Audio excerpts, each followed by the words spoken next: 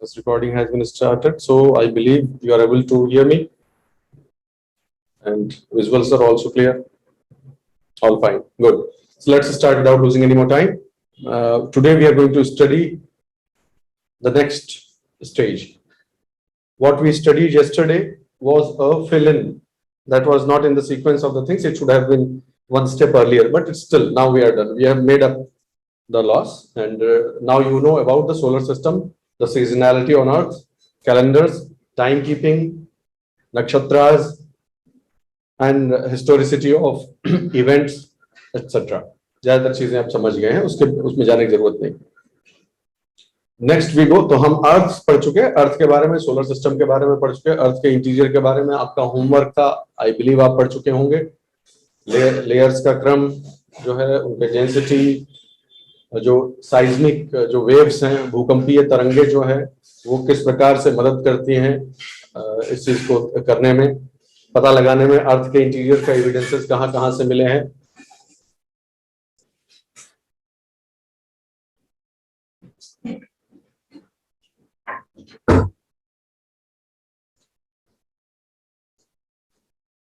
So all that we have already been through. Now the next, when the earth has solidified, its crust is formed, so what it is chemically made up of, okay, that's what we are going to understand.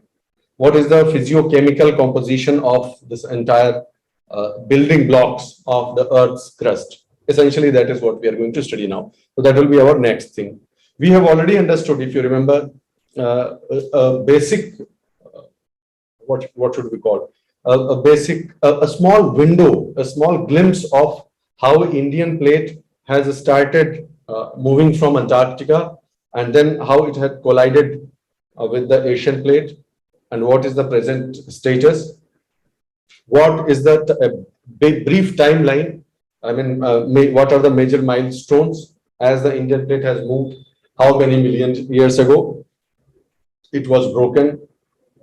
How it got broken off and separated from the Antarctic plate, how many million years ago it crossed the equator, how many million years ago those small islands along the way, like the footprints of Indian plate, how they were formed, and what is the present status, where did it collide, and how Himalayas started forming, and all that. You have a basic idea. Okay, now we are going to understand how this entire cycle goes on. Formation of crust, subduction of crust material into mantle, and then mantle again forms plumes and hot spots, and then there are volcanoes. So today's focus is going to be on volcanoes. Okay, questions do come from this. It in itself it is a hot spot for competitive exams. So please concentrate very carefully on this. The first thing, and we are going to touch only the most important aspects of volcanoes. We are not going into unnecessary theoretical details. So first half of today's class will be volcanoes, and the second half of today's class will be rocks and minerals, which are in fact the material that's recycled in the entire process. तो पहली चीज जो आप जान लीजिए कि जो volcanoes, किसी भी वोल्केनो को अगर देखें आप, अभी हम उसके टाइप्स वगैरह पे जाएंगे, या आप कहें तो मैं पहले उसका टाइप ही आपको बता देता हूं. ठीक है, पहले आप उसका टाइप समझ लें. सबसे पहली बात ये मैं आपको बताना चाहता हूं दोस्तों कि जो वोल्केनो है, ठीक है, वोल्केनो किस प्रकार का बनेगा. वोल्केनो दरअसल क्या है, धरती का सरफेस है, धरती के सरफेस में से निकलता हुआ जो लावा है, जब तक वो सरफेस के नीचे रहता है उसको मैग्मा बोलते हैं. अगर वो तोड़कर बाहर आ जाए तो उसे लावा बोलते हैं. तो नीचे से आता हुआ मैग्मा लावा बनकर किस प्रकार से शेप बनाता है, और उसमें किस प्रकार वो सक्रियताएं रहती हैं, क्या किस प्रकार की प्रक्रियाएं होती हैं, इस एंटायर प्रोसेस को, structure as well as process, इन दिनों को मिलाकर दोनों को वोल्केनिज्म में पढ़ा जाता है. वोल्केनिज्म बोलते हैं उसको. ठीक है, तो ये जो प्रोसेस है वो किस चीज पे डिपेंड करेगी, आप बताइए. सबसे इंपॉर्टेंट इस पूरे प्रक्रिया को डिसाइड करने वाली चीज क्या है, मैग्मा. सबसे महत्वपूर्ण जो स्रोत ही है इस पूरी संरचना या पूरी प्रक्रिया, जिस भी दृष्टिकोण से देखिए, उसका जो सोर्स है, उसकी जो ओरिजिन है, जेनेसिस जिसे कहते हैं. What is the genesis of the entire process of volcanism? It is the magma. So magma is what decides which kind of volcano we are going to see. Point number one. Point number two. What do we mean by the kind of magma? ये जब हम बोल रहे हैं कि किस प्रकार का मैग्मा है, इससे निर्धारित होता है कि किस प्रकार का ज्वालामुखी जो है, किस प्रकार की ज्वालामुखी संरचना बनेगी. What do we mean by that? What are we implying? Magma किस टाइप का, क्या मतलब मैग्मा तो सभी की तरह का होता है? नहीं, मैग्मा एक तरह का नहीं. हम उसके केमिकल कॉम्पोजिशन, कॉन्स्टिट्यूशन की बात कर रहे हैं, to be specific. So there can be two kinds of magmas, and that is what we have written here. Okay, the type of the volcano depends upon the type of magma. Are you able to see this? I think yes. And they can be of two kinds. Chemically, they can be of two kinds, depending upon कि किसकी percentage इसमें ज्यादा है. ठीक है, कौन से chemicals की परसेंटेज ज्यादा है. एक प्रकार हो गया फेल्सिक और दूसरे को कहते हैं मैफिक. बहुत आसान है, इसके नाम से ही आप समझ सकते हैं कि क्या बात हो रही है. ठीक है, फेल्सिक का मतलब आप इसको समझिए कि जो सिलिका है, सिलिका का परसेंटेज मेजॉरिटी में अगर चला जाए, मेजॉरिटी हो जाए 55-60% के ऊपर जाने लगे तो फेल्सिक हो गया. और मैग्नीशियम और आयरन की अगर अधिकता हो तो वो मैफिक हो गया. सिलिका, ठीक है, सिलिका का जो स्वरूप हम जानते हैं, हम और आप जानते हैं, इस तरह के सिलिका वाले एलिमेंट्स जो है मिनरल, जो लाइट ग्रुप मिनरल्स कहलाते हैं, क्वार्ट्ज और फेल्सपार. क्वार्ट्ज और फेल्सपार अभी हम डिटेल में भी देखेंगे. इनका आधिक्य, इनकी डोमिनेंस होती है अगर, तो जो मैग्मा, आप समझिए कि मैं क्या कह रहा हूं. आप ये तो जानते ही हैं कि जो मैंटल में से सब कुछ आ रहा है, तो मैंटल का कॉम्पोजिशन जो किस जगह पर क्या है, वही इस चीज को निर्धारित कर रही है. अगर ऊपर आने वाला मैग्मा में सिलिका की अधिकता है, उसकी प्रभाविता है, उसका डोमिनेंस है, तो फेल्सिक टाइप का लावा बनेगा, जो है वो मैग्मा बनेगा. वो बहुत थिक होता है, गमी होता है, एसिडिक टाइप का, थिक, गमी, गैसी और विस्कस लावा होता है. तो विस्कस लावा होगा तो उससे क्या होगा, आप सोचो.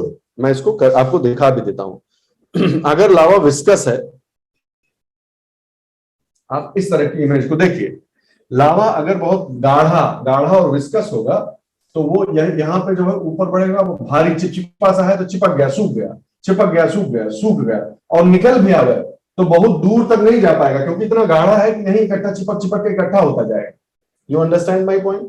That's what I am saying, that if this magma is mainly felsic magma, in that case it will be highly viscous, gummy and gaseous, and that is why यहां जा जाके सूख जाएगा, कड़ा हो जाएगा और फिर उसको इकट्ठा होता जाएगा फिर बूम. लेकिन फटने के बाद भी ये बहुत दूर तक नहीं जाएगा, क्योंकि ये ऐसा है. इसलिए ऐसे ज्वालामुखी जिनके अंदर से फेल्सिक टाइप का मैग्मा निकलता है, विस्कस वाला, गाढ़ा वाला मैग्मा निकलेगा, वो कभी भी ऐसे नहीं, डोम नहीं बनेगा, उसमें कोन ही बनेगा हमेशा, एकदम खड़ा. ये ढाल जो है वो बहुत खड़ी ढाल होगी. जबकि दूसरे टाइप का अगर हुआ तो उसमें ढाल जो है वो ऐसी होगी. बहुत ही सिंपल, सब एक दूसरे से कारण और प्रभाव यानी कॉजालिटी से जुड़े हुए हैं. तो हम समझ रहे हैं कि पहले प्रकार का जो लावा है, मैग्मा है, वो थिक होता है, गमी होगा, गैसी होगा और विस्कस होने के कारण एक्सप्लोसिव होगा और बहुत दूर तक नहीं बहकर जा पाएगा. And that is why it will form steep sides. Okay, pyroclastic material falls near the crater forming a cone. और जो पायरोक्लास्टिक मटेरियल का क्या मतलब होता है, ध्यान से सुनो हमारी बात. एक तो मैग्मा है, पिघला हुआ स्टेज में है, उसके साथ अगर चट्टानों के कुछ टुकड़े हैं जो कि इस पाइप में फंसे हुए हैं और एकदम से फूट कर निकलते हैं, जो लावा के रूप में न निकले, किसी चट्टान के रूप में निकल के बाहर आए, वो पायरोक्लास्टिक मटेरियल. अभी उसको समझ लो, बहुत बड़ा ग्रुप है. उसमें ये तो ऐश होती है, अजीब तरह का, छोटे छोटे फ्रेगमेंट्स होते हैं रॉक्स वगैरह के, वो पायरोक्लास्टिक मटेरियल कहलाते हैं. ठीक है, वो पायरोक्लास्टिक जो मटेरियल है वो कहां जाएगा, वो ज्यादा दूर तक नहीं जा पाएगा, क्योंकि वो जो मैग्मा है वो बहुत फ्लूइड नहीं है कि दूर तक चला जाए, वो वहीं जाके चिपक जाएगा, इकट्ठा हो जाएगा. इसलिए वो आसपास ही गिरता रहता है और कोन जैसा स्ट्रक्चर बनता रहता है. अब इसका ठीक अपोजिट देखने की कोशिश करते हैं दोस्तों. दूसरे टाइप का जो मैग्मा है वो देख लीजिए अब आप. ठीक है, हाँ, वो मैफिक होगा. Mafic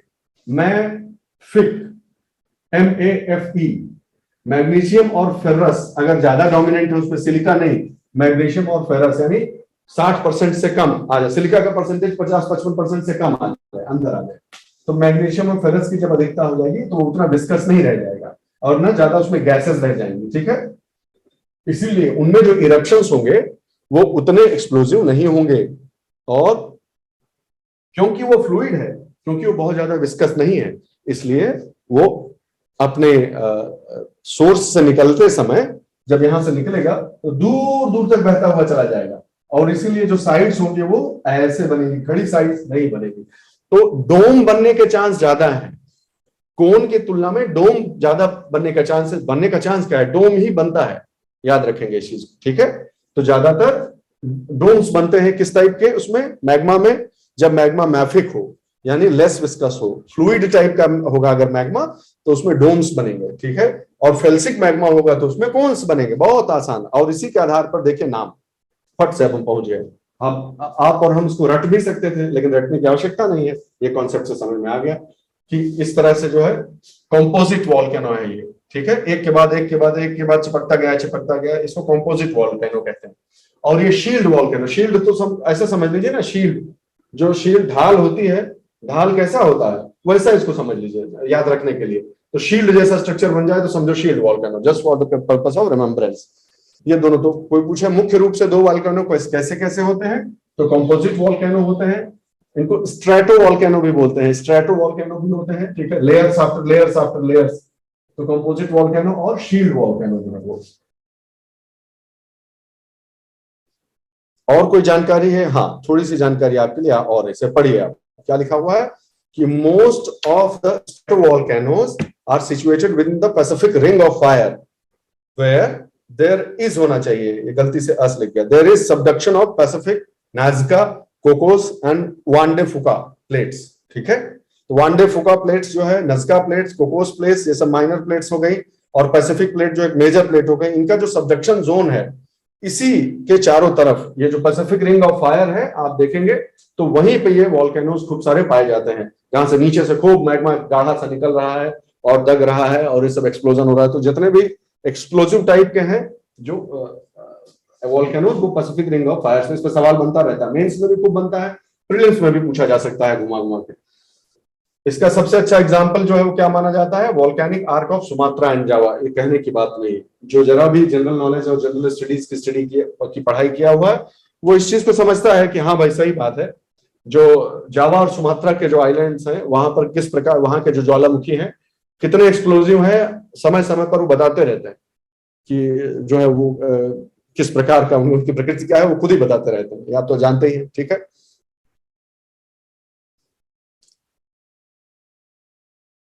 how three ranges of Himalayas had formed, Ramakant ji का क्वेश्चन है। लेकिन यार रमाकांत, कंफ्यूज ना होना यार, ये ज्वालामुखी का क्लास है, इसमें माउंटेन फॉर्मेशन अभी हम नहीं पढ़ रहे हैं। हल्का सा आपको इंडिकेट किया, अभी तो बोला था यार कि इंडियन प्लेट जो है वो उससे लड़ गई तो हिमालयस बन गए। अब एक दो तीन, ये तीन रेंजेस कैसे बनी, वो जब हम फिजियोग्राफी पढ़ेंगे तब आप जान लीजिएगा, ठीक से। ठीक है भाई। और दूसरा उस टाइप वाले का एग्जांपल देखिए, बैसाल्टिक जो लावा होगा, जो बैसाल्ट की मात्रा जिसमें अधिक होगी, बैसाल्टिक टाइप के लावा होंगे, यानी अल्कलाइन टाइप के थोड़ा जो होंगे या लेस एसिडिक होंगे कह लीजिए, वो स्मूथली बहते जाते हैं, फ्लूइडिक होते हैं तो बहते जाते हैं। और माउना लोआ, जो माउना लोआ है हवाईयन आइलैंड, जो पूरी हवाईयन आइलैंड की सीरीज है तो आप जानते हैं क्यों बना है, हवाईयन आइलैंड्स का निर्माण कैसे हुआ, देख लो एक बार तो तुम्हें समझ में आ जाएगा। वो कैसे दिखाया जाए, गूगल अर्थ पे दिखाता हूँ आपको।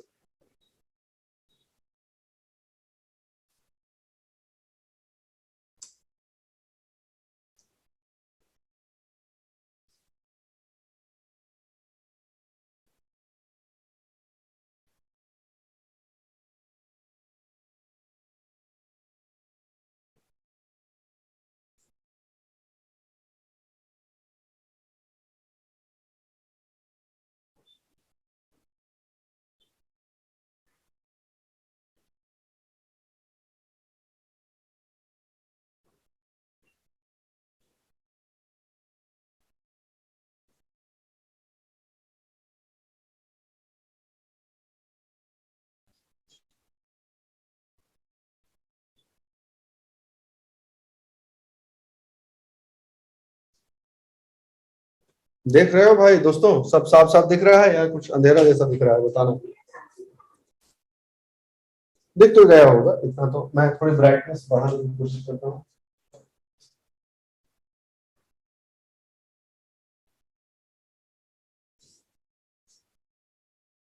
है ना, क्लियर है आपको कि ये कैसा, ऐसा क्यों हो रहा है, ये ऐसे क्यों बनते जा रहे हैं हवाई एयरलाइंस, एक सीरीज ऐसी ये ऐसे ऐसे ऐसे ऐसे, ये सी माउंट्स की एक सीरीज क्यों बनती जा रही है। ठीक वही लॉजिक इसके भी पीछे है कि पैसिफिक, जो पैसिफिक प्लेट है वो किसी हॉटस्पॉट के ऊपर से मूव की है, और इसलिए जहां जहां उसको जगह मिलती गई प्लेट आगे बढ़ती गई और वो अपना जो है वो लावा वो बाहर की तरफ जो है वो निकालता गया। ठीक है, समझ गए।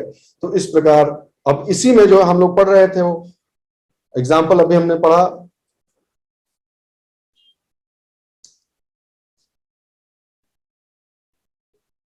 दूसरे वाले टाइप का वोल्केनो के बारे में हमने पढ़ा।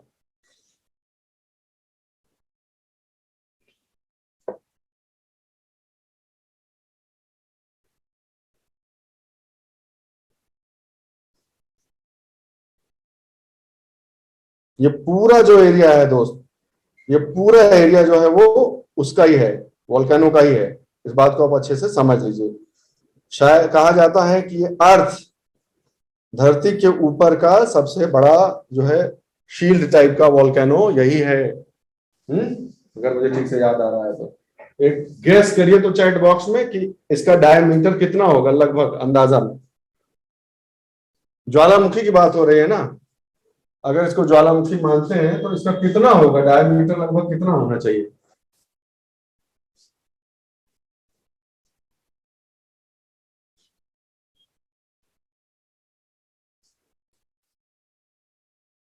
बढ़ाते जाओ और हैं, एक 12,800 किलोमीटर ना कर दो, ताकि पूरे अर्थ का ही डायमीटर कवर हो जाए गंधेला लोग।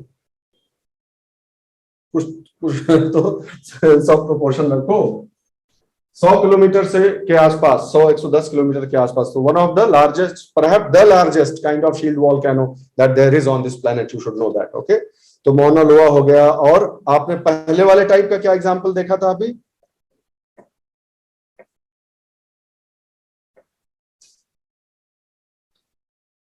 पहले वाले टाइप का क्या एग्जांपल था, ये सेकंड टाइप का एग्जांपल है शील्ड वोल्केनो का।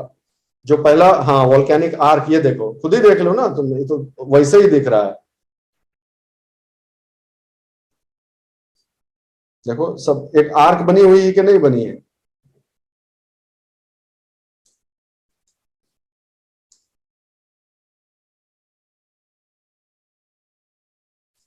पूरे के पूरी ये एक आर्क जैसी, देखो वोल्केनिक आर्क सुमात्रा का ये बना हुआ है। ठीक है, इसी का अब देखो ये प्लेट जो है, इंडियन प्लेट जो है वो ये है, और एशियन प्लेट से टकरा रही है। तो ये पूरा देखो, अगर आप अपने पर्सपेक्टिव से भी देखिए तो ये अंडमान निकोबार, ये जितने भी आइलैंड्स हमारे हैं, और ये देखो ये पूरी सीरीज, अराकान योमा बोलते हैं इसको। तो यहां से चला है जो पर्वत श्रृंखला, दरअसल यहाँ ये जहां जहां लड़ेगा वहां वहां अपने पदचिन्ह छोड़ता जाएगा। कुल मिलाकर बात ये है, पूरी आर बांडा ऐसे ही हुआ, देखो बांडा ऐसे, याद है कब इसका नाम सुने थे बांडा ऐसे का, तुम लोग तो छोटा रहे हो। पूरी जो है ये देखिए, पूरा एक लाइन देखिए प्लेट कैसे। ठीक है, तो कहने का अर्थ क्या है कि अक्सर जो ये वॉल्केनोज हैं, पहले काइंड के जो वॉल्केनोज आपने देखे हैं, वो अक्सर जो है वो कहाँ पाए जाते हैं, फर्स्ट काइंड ऑफ वॉल्केनोज जो है वो पाए जाते हैं पैसिफिक रिंग ऑफ फायर पे। यानी कुल मिलाकर कहिए कि वो कहाँ पाए जाते हैं, जहां पर प्लेट्स आपस में जो सबडक्शन जोन्स होते हैं वहां पर वो पाए जाते हैं। ठीक है भाई। और दूसरे टाइप के जो है वो कहाँ पाए जाते हैं, वो कहीं भी हो सकते हैं, लेकिन उनकी शर्त यह है कि जो मैग्मा उनसे बाहर आ रहा है लावा बनकर, वो बेसाल्टिक होगा, वो स्लो फ्लोइंग होगा, धीरे धीरे धीरे धीरे फ्लो करेगा। ठीक है, और वो बहुत एक्सप्लोजिव नहीं होते हैं। ये अंतर हमेशा आप याद रखिएगा। ये हो गई बात ओरिजिन की। अब आती है बात स्ट्रक्चर की, कि एक वॉल्केनो का स्ट्रक्चर अगर हमें समझना हो तो हमें क्या क्या बातें जाननी चाहिए। तो कुछ टर्म्स इसमें आते हैं, उन टर्म्स के बारे में आपको पता होना चाहिए। कभी भी उस पर पूछा जा सकता है, पूछा गया है, और आगे आगे भी पूछा जा सकता है। कुछ टर्म्स का मैं नाम आपको दे देता हूं। देखो मैग्मा चैम्बर ये है, और उसी क्रम में आगे बढ़ते हैं हम। जिस क्रम में ये स्ट्रक्चर्स जनरली बनते हैं। जनरली मैग्मा चैम्बर है, ये नीचे मेंटल से जुड़ा हुआ है मैग्मा चैम्बर, और ये पूरी क्रस्ट हो गई अर्थ की, ठीक है। नीचे से जो प्लूम्स उठती आ रही हैं, उठती आ रही हैं, और जहां जहां उनको जगह मिलेगी वो उसमें घुस जाएंगे। तो ये अभी एक्टिव है, ये लाइव है, और ये सूख कर ठंडा हो चुका है। ऐसा ही ये भी रहा होगा, ये सूख कर ठंडा हो चुका है। तो जो मैग्मा चैम्बर है जब वो बहुत बड़े स्ट्रक्चर का लावा, बहुत बड़े साइज का लावा जो मैग्मा है, मैग्मा लावा नहीं, लावा तो यहां निकलने के बाद कहेंगे इसको, ये सारा इंट्रूसिव। अच्छा हाँ, ये भी जान लीजिए कि जब तक वो बाहर न निकले, यानी जब तक अर्थ के सरफेस के नीचे कोई भी प्रक्रिया हो रही, कोई स्ट्रक्चर बन जा रहा है, वो इंट्रूसिव कहलाते हैं, और बाहर आ जाए तो उन्हें एक्सट्रूसिव कहलाते हैं, बहिर्भेदी। ठीक है, अंतर्भेदी और बहिर्भेदी चट्टानें दो तरह की होगी। तो देखिए ये भी कभी मैग्मा चैम्बर जैसा रहा होगा, ठीक है। ये सूख गया, ठंडा हो गया, ठंडा होकर बहुत बड़ी डेंस चट्टान बन गई, ठीक। ये चट्टान बनकर तैयार हो गई। तो ये किस तरह की चट्टान है? अंतर्वेदी चट्टान है, अंदर है। इस पे मत कंफ्यूज होइएगा, ये बाहर निकला हुआ है, इस पे मत कंफ्यूज होना। बात ये हो रही है कि जब वो बन रहा था, जब वो निर्मित हो रहा था, तब धरती के अंदर था कि बाहर? अरे भाई, आगे ऐसा नहीं हो सकता है कि हम और आप मिलकर इसकी खुदाई करने लगे तब तो ये भी बाहर निकल आएगा, या इसका जो है क्षरण हो जाए, इसका इरोजन हो जाए, आगे हजारों लाखों साल में ऊपर की लेयर्स खत्म हो जाए तब भी तो बाहर निकल आएगा।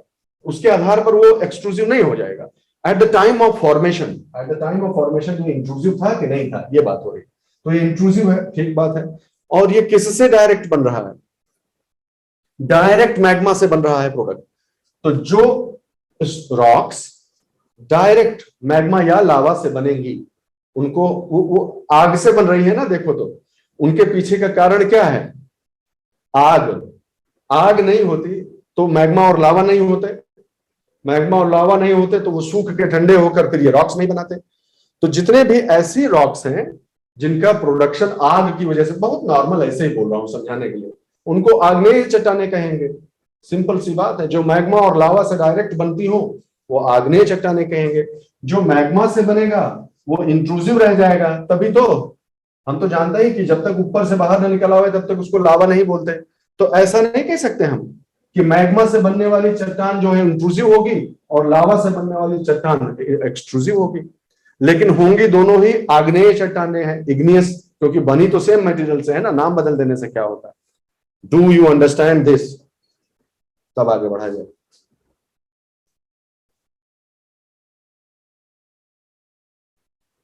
ठीक है, यहां तक समझ गए आप? अब मैं नाम लेना शुरू करूंगा। तो जो सबसे बड़ा स्ट्रक्चर बन जाता है पूरे मैग्मा चैम्बर से, जो भी निकल रहा था, वो जब सूख गया, इनएक्टिव हो गया वो पार्ट और सूख गया, रॉकी हो गया, उसको बैथोलिथ कहा जाता है। ठीक है, बैथोलिथ उसे कहा जाता है। पहला टर्म आपने जाना, बैथोलिथ। बैथोलिथ क्या होते हैं भाई? Large magnetic body that cools down eight depth, they get exposed only on denudation.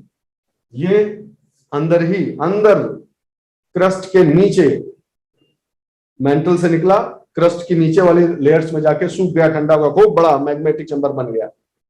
वही जो है वो बैथोलिथ कहलाता है। सबसे बड़ा स्ट्रक्चर जो बनता है वो बैथोलिथ हो गया। ठीक, बैथोलिथ तब तक बाहर सरफेस के ऊपर नहीं दिखेगा जब तक सरफेस पूरा घिस नहीं जाए। हजारों लाखों सालों में जल अपर्दन, वायु अपर्दन, समझ रहे हो ना? तो उसके फलस्वरूप जितने तरह के water erosion, land erosion, glacial erosion, तो कुछ भी हो सकता है भाई आगे चलकर। किसी भी इरोजन के कारण सरफेस अगर घिस जाए और फिर बैथोलिथ, क्योंकि बैथोलिथ तो सॉलिड रॉक है ना भाई, इसकी तरह तो है नहीं, तो इसका क्षरण, इसका इरोजन हो जाएगा, इसको कुछ नहीं, इसका कुछ नहीं बिगाड़ पाएगा, या बिगाड़ भी पाएगा तो उस स्पीड से नहीं बिगाड़ पाएगा। तो ये तो खाली हो जाएंगे, ये अपना बने रहेंगे जगह पे अपने। They are called batholiths. Example क्या है? रांची एरिया में चले जाइए, रांची के आसपास चले जाइए, बैथोलिथ ही बैथोलिथ है। दिखा दे तुमको, एक बार दिखा देते हैं, तब इंटरेस्टिंग लगेगा आपको।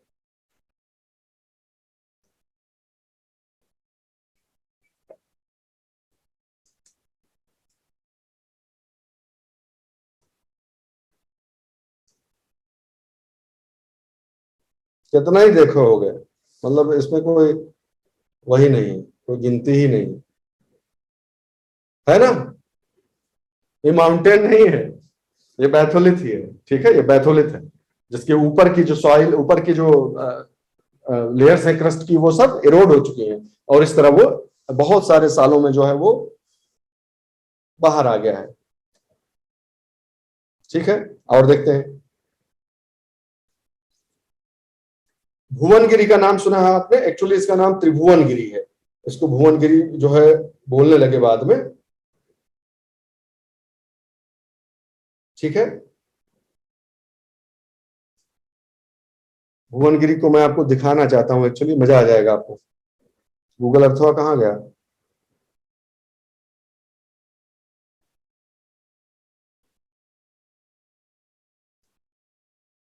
कोई बात नहीं, इसमें वापस कर देता हूं मैं। ये जरूर देख लीजिए आप, ताकि बैथोलिथ का आपको एकदम सही सही आइडिया हो जाएगा।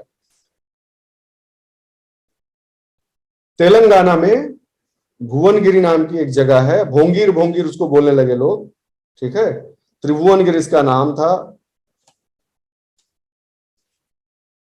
चालुक्य वालुक्य के टाइम का भैया है, हिस्ट्री तुम लोग ज्यादा अच्छे से जानते हो।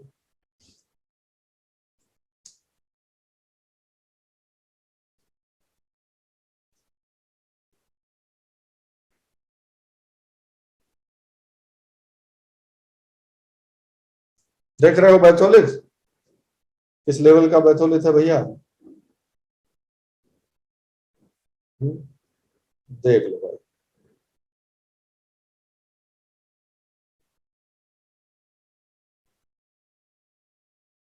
ऐसे नहीं दिख रहा है, मैं ट्राई करता हूँ, इसका 2D 3D कुछ नहीं होता।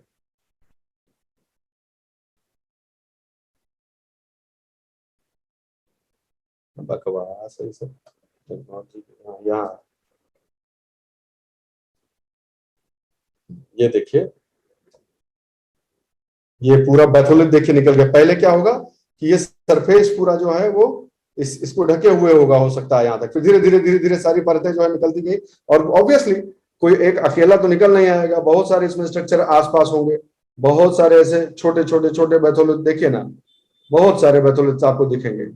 जब ये आगे इनकी लेयर्स निकल जाएंगी तो ये बैथोलिथ जो है वो बाहर आ जाएंगे। ऊपर की जब भी क्रस्ट जो है पूरी तरह से उसका क्षरण हो जाएगा, तो बैथोलिथ्स बाहर होकर दिखने लगेंगे। ठीक है, आप कुल मिलाकर आइडिया समझ गए बैथोलिथ क्या होता है। अब आप देखते ही बता दिया करेंगे कि भैया ये माउंटेन नहीं है, ये बैथोलिथ है। ठीक है,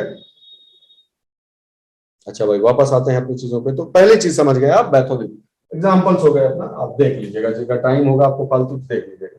दूसरा जो स्ट्रक्चर मैं बता रहा हूं कि कोई चीज मैग्मा जब एक्टिव है, तो भाई ये तो ज्वालामुखी ही हो गया, ये जो आप देख रहे हैं ये तो ज्वालामुखी ही हो गया, ये वोल्केनिक पाइप हो गया, ये उसका जो है स्ट्रक्चर हो गया ज्वालामुखी का, और इस प्रकार से लावा बह रहा है, ऐसे गिर गिर के बह रहा है। ठीक है, ये दोनों टाइप का हो सकता है, आप जान के दोनों टाइप आप समझ गए। ठीक है, अब देखिए, अगर ऊपर ना जा पाए बल्कि अंदर ही कहीं जगह मिल जाए उसे, और वो इस प्रकार ऐसे, ठीक है, लेंटिकुलर हो जाए, लेंटिकुलर टाइप की हो जाए, इसका ठीक उल्टा ये है, देखिए शेप आप पहचाने रहिएगा, ऐसे ही कंफ्यूज करता है सवाल में।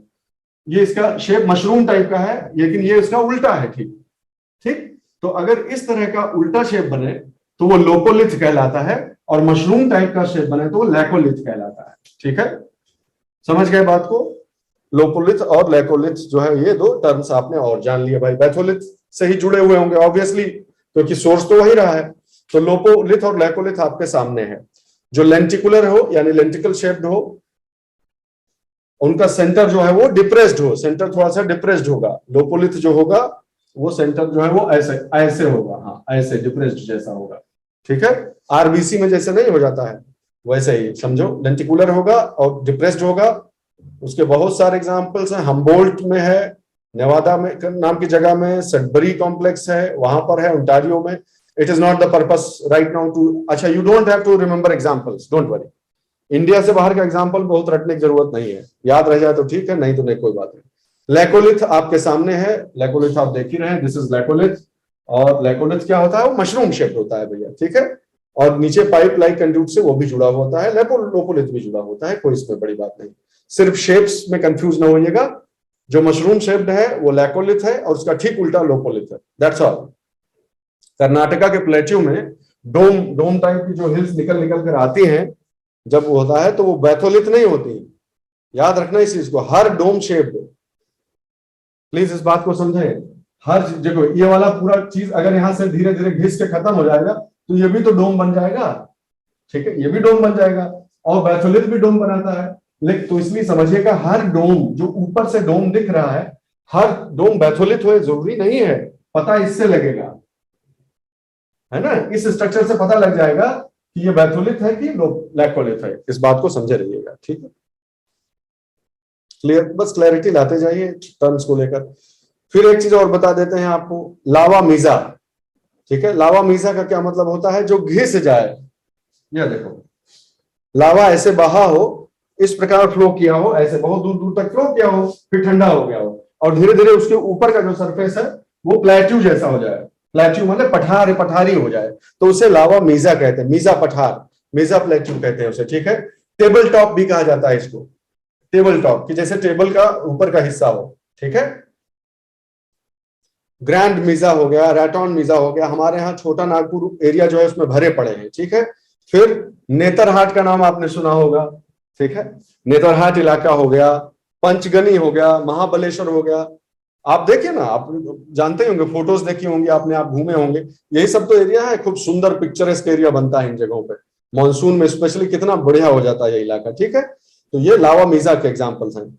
अगली चीज है डाइक और सिल, डाइक और सिल जो सीधे जहां उसको जगह मिली, मान लो, ठीक है, मान लो ये सब परतें हैं क्रस्ट की, इसमें कहीं जगह मिल गई, बीच में फिशर्स हो गए, फिशर्स मान लो मिल गया, तो उसमें भरता चला गया, भरता चला गया, भरता चला गया, और एक दीवार जैसी खड़ी हो जाएगी। ये इसके अंदर भी दीवार है, समझ रहे हो ना, ये दिवलिया ऐसे है, ऐसे ऐसे पूरा पूरा भर गया है इसमें, ठीक है, ये डाइक कहलाता है, ठीक है। और वही डाइक सीधा खड़ा है तो डाइक है, और वो ऐसे ऐसे ऐसे भर जाए तो उसको सिल कहते हैं। वर्टिकल है तो डाइक, और हॉरिजॉन्टल हो जाए तो सिल कहलाती है वो चीज, ठीक है। डाइक और सिल अक्सर इकट्ठा ही मिल जाते हैं कहीं ना कहीं ये भी आप समझ गए। उसके बाद का एग्जांपल आपको लास्ट एक बताता हूं, डायट्रीम। डायट्रीम क्या होता है, बहुत इंपॉर्टेंट है ये। डायट्रीम एक ऐसा पाइप नुमा रास्ता है, ये लाल वाला जो डंडी देख रहे हैं, एक ऐसा पाइप नुमा रास्ता कई बार खुल जाता है, सीधे मेंटल से, मेंटल के ऊपरी हिस्से से पूरा क्रस्ट को फाड़ते हुए एक रास्ता कई बार खुल जाता है, और उसमें से बहुत सारा मटेरियल जो है वो रॉक्स के फ्रेगमेंट्स, मेनली रॉक के छोटे छोटे फ्रेगमेंट टुकड़े जो है वो बाहर आते हैं, जो कि मेंटल से वो कनेक्टेड होते हैं, वहां से टूट टूट के तो जो गैसियस और वेपरस चीजें हैं वो एक्सप्लोड करती रहती हैं छोटे से छेद से। ये ज्वालामुखी नहीं बन पाता है, लेकिन छोटी सी जगह से जो रॉक के फ्रेगमेंट्स हैं वो निकलते रहते हैं। ये बहुत ही इकोनॉमिकली इंपॉर्टेंट साबित हो सकते हैं, क्यों? क्योंकि कई बार यहां से अपर मेंटल से ऐसा मैग्मा निकलता है दोस्त, अपर मेंटल से मैग्मा इस प्रकार का निकलता है, इसको किम्बरलाइट मैग्मा बोलते हैं, ठीक है। उसके नाम किम्बरले, किम्बरले समझ रहे हैं, किम्बरले कहां है, सुने हो?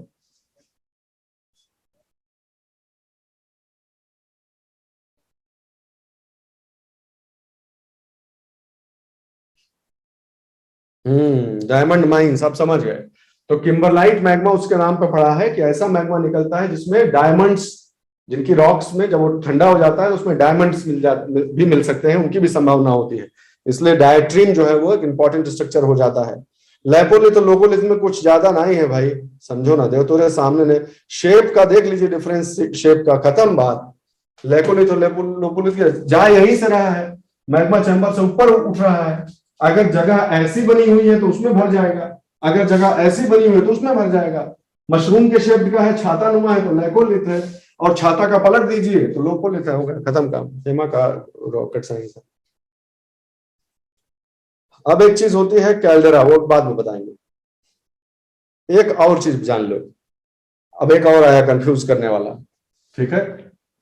ये जो स्ट्रक्चर बना हुआ है ना, इसको पर्वत श्रृंखला समझ लो, कि इंडियन प्लेट मान लो एशियन प्लेट से लड़ रही है और पूरा मुड़ तुड़ गया है, सिलवटें जैसे चादर में सिलवटें पड़ जाती है, तो जो जब इस प्रकार की जो वो बनती है ना, तो एंटीक्लाइन सिंक्लाइन, एंटीक्लाइन सिंक्लाइन, इस तरह की जो है वो स्ट्रक्चर बनती है, यानी उठा हुआ दबा हुआ, उठा हुआ दबा हुआ, ऑब्वियसली बनेगा।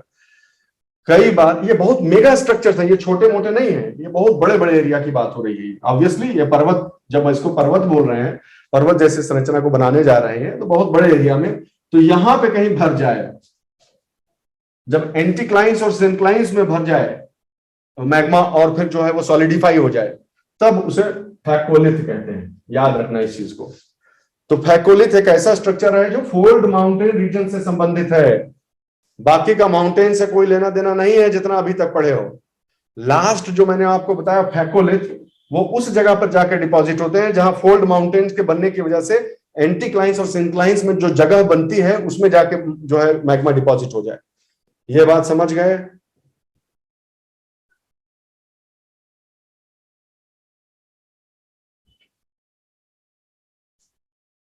नहीं समझे? फिर से बता दें, इसमें कोई है ही नहीं बताने वाला। हम तो चाहते हैं कि कुछ कॉन्सेप्ट होता बताते हैं। अभी तो जितना पढ़े हैं वो जहां पर ज्वालामुखी स्थित है उसी के आसपास की चीजें हैं, उसके आसपास की चीजें हैं।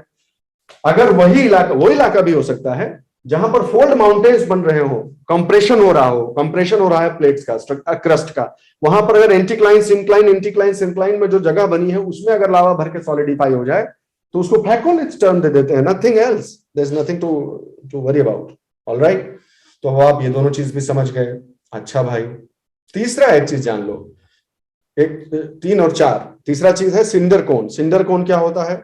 सबसे सिंपल ज्वालामुखी, सब उन दोनों से भी सिंपल जो अभी तक पढ़े थे, कंपोजिट टाइप और शील्ड टाइप पढ़े थे ना, वो तो बहुत बड़े बड़े हो गए, उसकी तो बात ही नहीं हो रही है।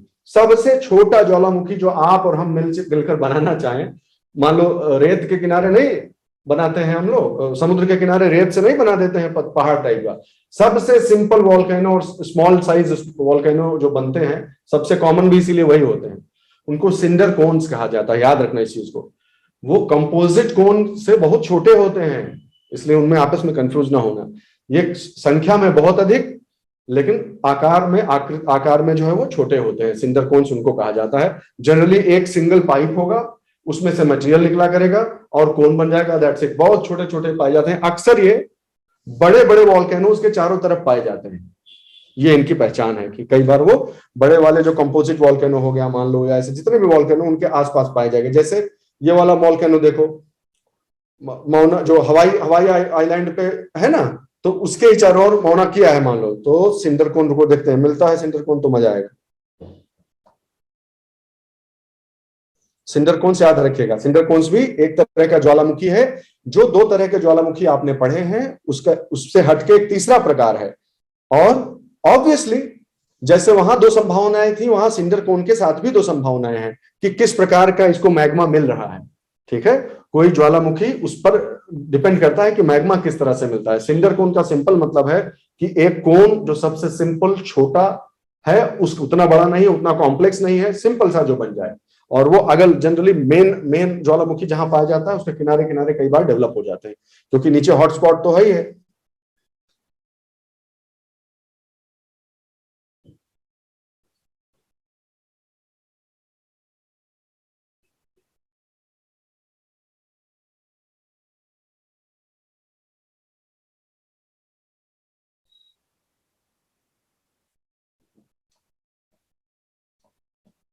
कहाँ सिंडर कोन निकाल रहा है? Rather than that we should see this, just a minute, मैं आपको स्ट्रक्चर से वापिस करा दूं ना, जगह का तो कोई इशू नहीं, स्ट्रक्चर जरूर। ये देखिए सिंपल सा सिंडर कोन जो होता है, for all practical purposes my dear friends, it is as good as composite volcano. लेकिन कंपोजिट में कंफ्यूज ना होइएगा, कंपोजिट एक बहुत बड़ा स्ट्रक्चर होता है, उसके बाद लेयर के ऊपर चिपक जाए। ये सिंपल सा सिंडर कोन, छोटा, ज्यादा कॉमन और बड़े ज्वालामुखी इसके अगल बगल पाए जाने वाला स्ट्रक्चर जो ज्वालामुखी है वो।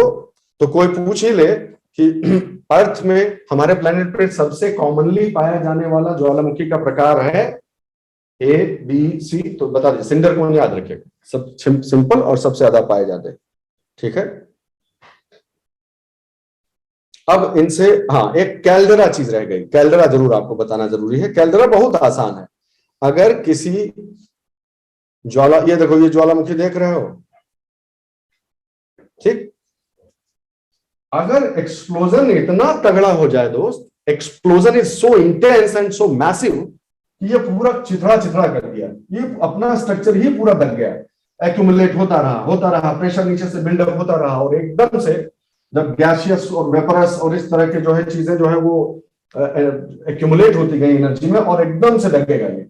और अगर इतना मैसिव कई बार होता है ये कि ये अपने ऊपर ही कोलैप्स कर जाता है, इसकी वॉल जो है वो धंस के नीचे धंस जाएगा, नीचे बैठ जाएगा। इन दैट केस जो स्ट्रक्चर बाकी रह जाता है that is called caldera. I will show you what caldera is. इसीलिए उस दिन मैं टोक रहा था कि नहीं भाई ये जो कैल्डेरा को अभी मत लाइए, ये है कैल्डेरा।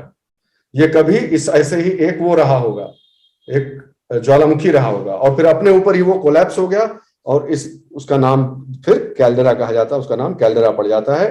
कैल्डेरा के बारे में क्या लिखा हुआ है देख लेते हैं भाई।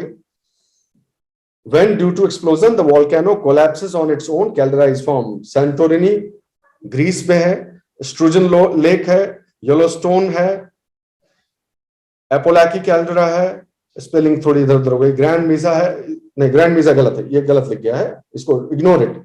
तो ये कैल्डेरा के बहुत सारे एग्जांपल आप गूगल अर्थ पे कहीं भी हम और आप अगर चाहें और गूगल अर्थ पे डाल दें तो कैल्डेरा का भरमार हो जाएगा। और एक बार देखना बनता है, कोई भी कैल्डेरा, हम सिर्फ कैल्डेरा नाम डालेंगे और आपको बहुत सारे उसमें मिल जाएंगे। याद रखना जब एक्सप्लोजन इतना इंटेंस हो कि पूरे का पूरा जो कोन स्ट्रक्चर है कंपोजिट वॉल्केनो का या ज्वालामुखी का जो स्ट्रक्चर है वो अपने आप पे ही जब कोलैप्स कर जाता है तब हम कहते हैं कि कैल्डेरा नाम का स्ट्रक्चर बन गया। ऑब्वियसली धीरे धीरे समय बदलने पर, समय के व्यतीत हो जाने पर कई बार ऐसा होता है कि वो जब ज्वालामुखी खत्म हो चुका है, शांत हो गया है, दब गया है और उसमें फिर पानी भर जाता है कहीं से आके, तो कैल्डेरा लेक्स बन जाती हैं।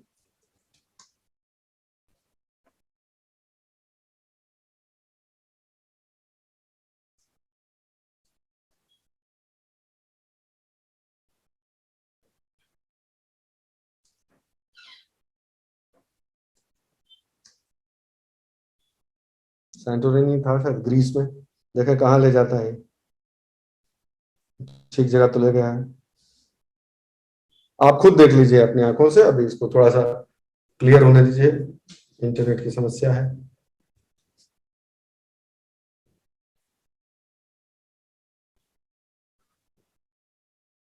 कहने का अर्थ ये है अभी पूरा रिजॉल्व नहीं हो रहा है भैया, इसी कारण से।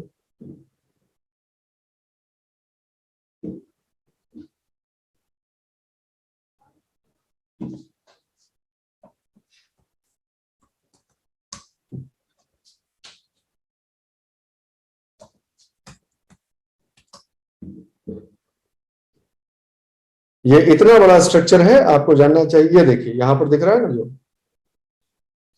अभी सिंबॉलिक रूप से ही देख लीजिए, ये इतना बड़ा कैल्डेरा, ये पूरा पहले रहा होगा ज्वालामुखी और ये पूरा का पूरा कोलैप्स हो गया अपने ऊपर और फिर समुद्र का पानी उसमें घुस गया और एक कैल्डेरा लेक बन गई इतनी बड़ी। इतना बड़ा स्ट्रक्चर है कि सैटेलाइट से ही पूरा दिखता है, ये ऊपर ही जाके दिखता है, इतना बड़ा है। ठीक है, तो ये कैल्डेरा हो गई।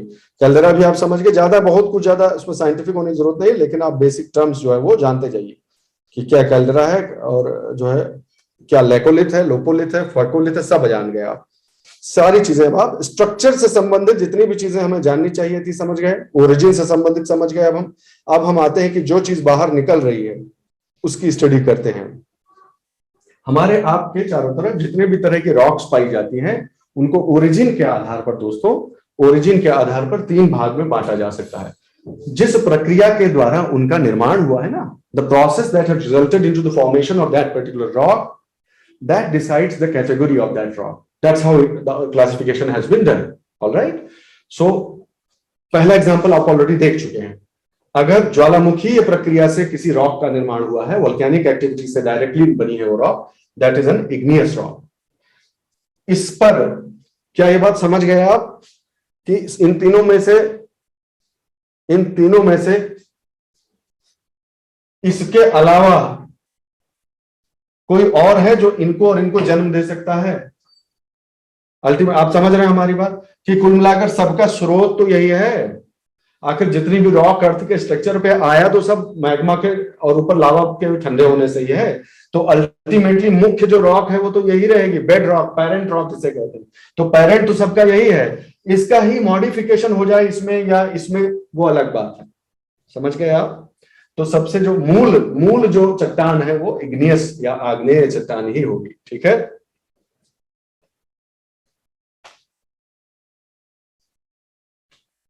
ट्रांसफॉर्म इनटू सेड, हाँ बिल्कुल, सेडिमेंटरी और मेटामॉर्फिक रॉक्स में जो है वो बदल जाती है, यही रॉक होती है, अभी देखेंगे अभी। तो इग्नियस रॉक को क्लासिफाई अगर आप करें कि कितने टाइप का होता है इग्नियस रॉक, तो अभी तो आप जान गए, ऑलरेडी जान गए आप, दो तरह का कौन कौन सा टाइप है भाई इग्नियस रॉक का, आप पहले ही जानते हैं।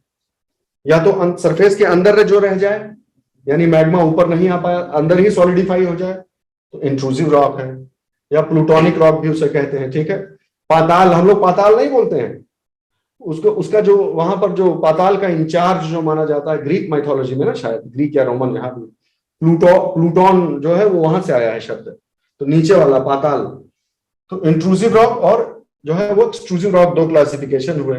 अगर मैग्मा के सॉलिडिफिकेशन से बना है तो इंट्रूसिव है, लावा के सॉलिड कूलिंग से बना है तो एक्सट्रूसिव है। ये जो है इंट्रूसिव जो रॉक होती है, ध्यान से सुनना हमारी बात को, यहां पर कंफ्यूजन पॉइंट हो जाता है कई बार। नीचे से मैग्मा आ रहा है ऊपर, लेकिन ऊपर नहीं जा पाया, अंदर जहां गर्मी ज्यादा है, धरती के अंदर ज्यादा गर्मी है कि बाहर, मेंटल के आसपास ज्यादा गर्मी होगी ना, बाहर आएगा तब तो एटमॉस्फेयर और पानी उन सब के संपर्क में आके ठंडा ही हो जाएगा ना। तो नीचे ही जो रह जाए वो उतना रैपिडली कूल नहीं हो पाता है, धीरे धीरे। एक तो चट्टानों का प्रेशर भी होता है, प्रेशर भी एक इंग्रेडिएंट है, थर्मोडायनेमिक दोनों चीजें हैं, temperature as well as pressure.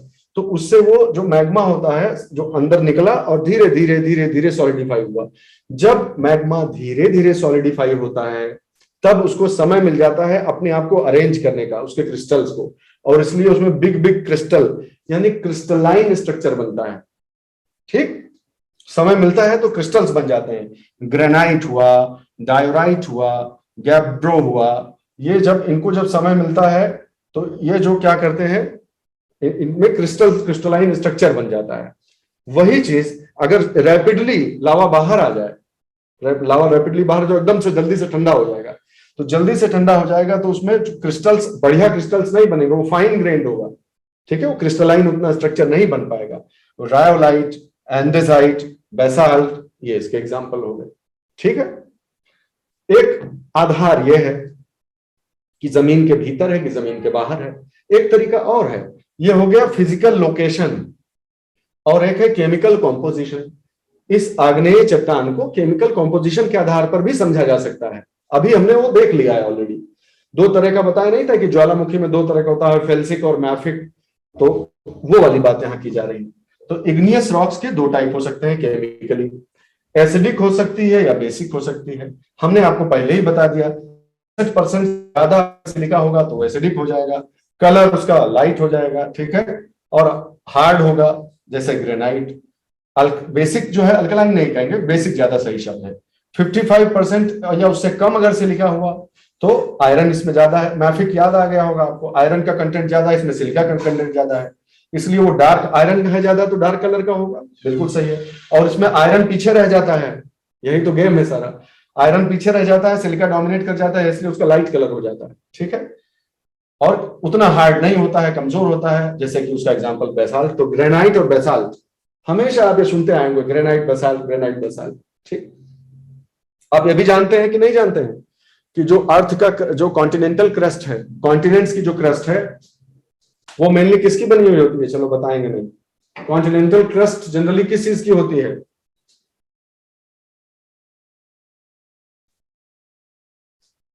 और ओशियानिक क्रस्ट किस चीज की होती है? कंफ्यूज ना हो भाई, अच्छे अच्छे सब विद्यार्थी कंफ्यूज हो गए तो कैसे चलेगा। समझ गए आप लोग, जानते हैं आपके आंसर से लग रहा है सब समझ गए। ठीक है, तो ग्रेनाइटिक और बेसाल्टिक हो गया। ठीक है, ये बात आप समझ गए, यहां तक समझ गए। ठीक है, अब जो है दूसरा जो नंबर आता है, पहले एक जनरल इंट्रोडक्शन ले लीजिए तब आगे करिए। दूसरा जो नंबर है वो सेडिमेंट्री रॉक्स का होता है, ये आप सब समझते हैं। अवसादी चट्टानें,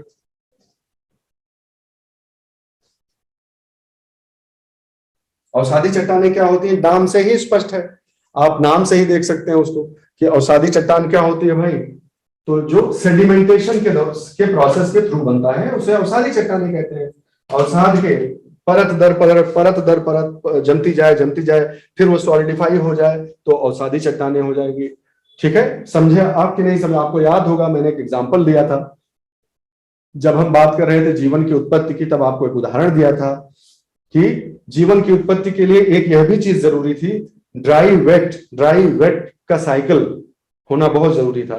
उसी के संदर्भ में मैंने एक उदाहरण दिया था कि ऐसा हुआ है कि जो लीकिंग अर्थ, याद है किसी को? लीकिंग अर्थ फेनोमेनन, नहीं भी याद हो तो कोई बात नहीं। लगभग 2 से 3% जो महासागरों का जल है वो मैंटल में एंटर कर गया था, तो समुद्र तल जो है वो नीचे चला गया था थोड़ा। तो जब समुद्र तल नीचे गया तो पीछे नमक छोड़ गया। वो नमक जो मतलब ये सैकड़ों हजारों लाखों सालों की बात हो रही है, पीछे छूट गया वो नमक। उसके ऊपर परत दर परत परत पर जब सब जमीन बनती गई तो वो क्या बन गया? रॉक साल्ट बन गया कि नहीं बन गया? तो ठीक उसी तरह से जो है अवसादीकरण से जो है चट्टानें जो बन जाती हैं, आखिर में सबका मूल जो स्रोत है वो यही है, लेकिन इनके ऊपर कुछ फैक्टर्स काम करेंगे, इनकी लेयर्स बन जाए तो वो सेडिमेंट्री रॉक्स हो जाती है। लेकिन यहां पर एक वर्ड ऑफ कॉशन, ये जो वर्ड ऑफ कॉशन है इन्हीं पे कॉम्पिटिटिव एग्जाम्स फंसाते हैं।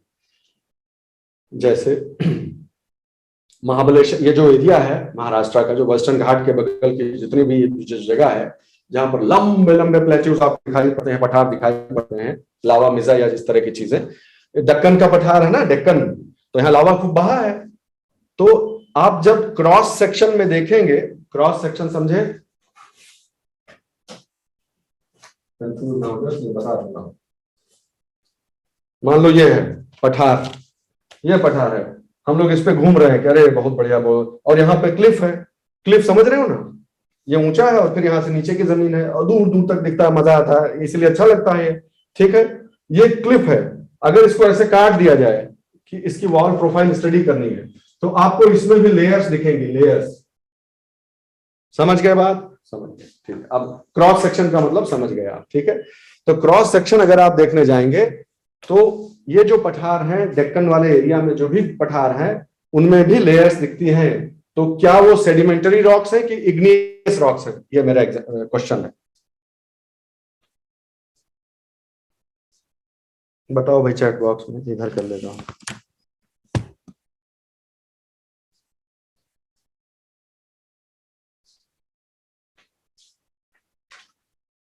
रेस्पॉन्ड तो करना पड़ेगा ना भाई, तब मुझे पता चलेगा कि फीडबैक क्या है, समझ पा रहे हो नहीं समझ पा रहे हो।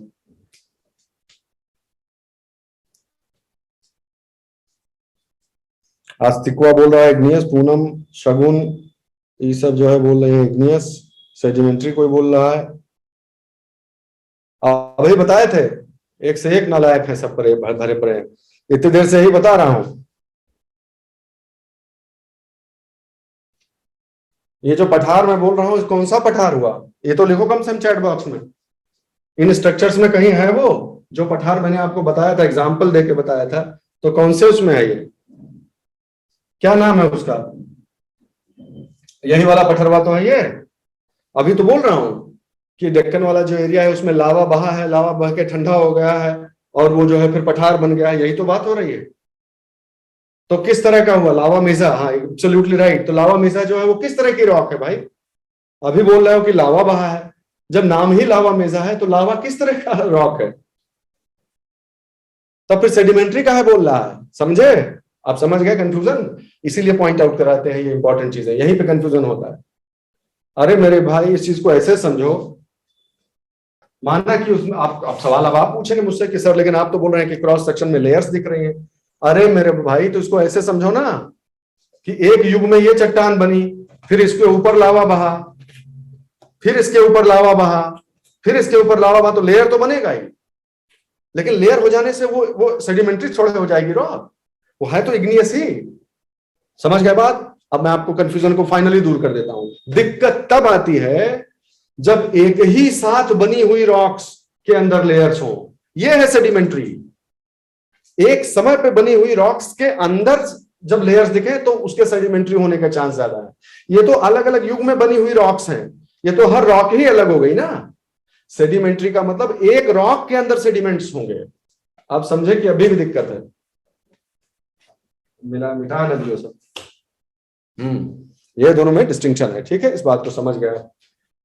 तो सेडिमेंट्री रॉक्स जो होती है, वापस आते हैं सेडिमेंट्री पे, कि सेडिमेंट्री रॉक्स जो है दूसरे टाइप के हैं। अब ये तो आप जानते ही हैं, कॉमन सेंस है कि सेडिमेंट्री रॉक्स को क्यों कहा जाता है, वो नाम आप समझ के हैं। तीन चीज समझ लीजिए।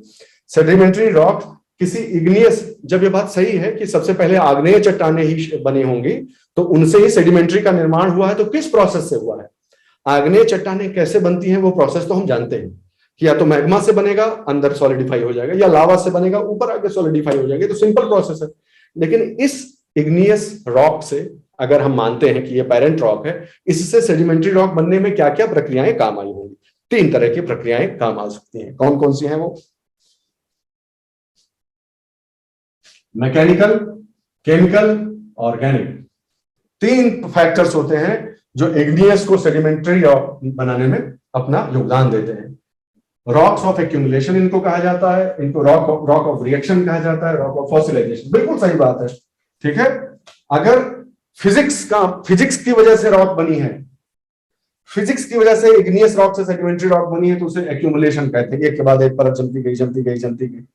अगर केमिस्ट्री ने उसमें योगदान दिया है तो उसे रॉक ऑफ रिएक्शन कहते हैं, और अगर बायोलॉजी ने दिया है तो वो ऑर्गेनिकली फॉर्म्ड रॉक्स हो गए। बहुत ही सिंपल है। एग्जाम्पल क्या क्या है इसका? Sandstone, conglomerate, breccia, clay, sand, gravel, loess, limestone, ये सब किस तरह की रॉक है?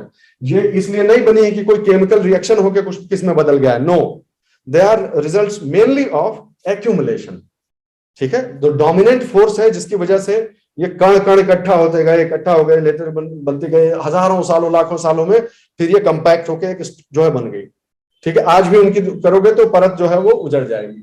तो जो ये सारे जो रॉक्स आप यहाँ पर देख रहे हैं लिखे हुए, उस तरह की। दूसरा है कि केमिकल रिएक्शन हुआ है और फिर एक रॉक दूसरे रॉक में तब्दील हुई है, जैसे रॉक साल्ट्स हुए, ठीक है, फिर जिप्सम हुए, पोटाश हुआ, नाइट्रेट हुआ, शर्ट हुआ, हैलाइट हुआ, और कुछ लाइमस्टोन्स। दोनों का इसमें दोनों योगदान है, फिजिकल और केमिकल। तो ये बात ध्यान रखिएगा कि ऐसा हमको वाटर टाइट कंपार्टमेंटलाइजेशन नहीं करना है, और हो भी नहीं सकता है भाई। हजारों लाखों साल में कुछ योगदान इसका, कुछ योगदान इसका, कुछ योगदान इसका भी तो हो सकता है। तीनों फोर्स मिलकर भी तो किसी रॉक को कन्वर्ट कर सकते हैं। तो ये पर्पस नहीं है कि आप ये रटते रहें कि ये इससे बना, ये नहीं। बस आप समझ लीजिए कि किसमें किसका प्रीडोमिनेंस ज्यादा है, ठीक है। फिर चाक हो गई। चाक तो आप जानते ही हैं, चौक, कैल्साइट, डोलोमाइट, लाइमस्टोन। देखिए लाइमस्टोन तीनों कैटेगरी में आ रहा है, ठीक। तो ये भी फोर्स काम आता है, ये भी फोर्स काम आता है, और इसमें फॉसिल्स भी मिलते हैं। फिर लिग्नाइट, बिटुमिनस, एंथ्रासाइट, ये समझ गए? बहुत इंटरेस्टिंग कैटेगरी है। ये क्या है भाई? लिखो तो चैट बॉक्स में। कोयला है ये। कोयले के टाइप्स है ना, अलग अलग तरह के, कौन कितने प्रेशर, कौन कितने किस तरह के उसमें रहा है, उसके आधार पर वो फॉसिलाइज हुआ है उस तरह से। हम इसको भी पढ़ेंगे, डोंट वरी। ये तीनों कैटेगरी आप समझ गए कि सेडिमेंट्री रॉक्स में तीन तरह के बल जो है वो योगदान देते हैं, तीन तरह की प्रक्रियाएं। फिजिक्स हो सकता है, केमिस्ट्री हो सकती है, बायोलॉजी हो सकता है। कुछ ऐसी होंगी रॉक्स जिनमें तीनों योगदान देते हैं, तो कोई दिक्कत की बात नहीं, ऐसा भी संभव है।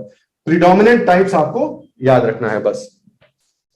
लेकिन इसका असली मजा तब आएगा जब आप वास्तविक जीवन में इसे देखेंगे। यूपीएससी में तो नहीं काम आएगा ये, लेकिन कभी आपको फुर्सत हो, आप टहलकदमी करने निकलिए, या कहीं आप ब्रेक ले रहे हैं पढ़ाई से, तो एक गूगल में करके देखिए कि कॉन्ग्लोमेरेट कैसा दिखता है। सबने देखा है ये सब चीजें, इनमें से बहुत सारी चीजें सबने अपने जीवन में देखी है, लेकिन रियलाइज नहीं की है कि अरे ये तो वही है। अब आप जब पढ़ के देखेंगे तो आपको पता चलेगा।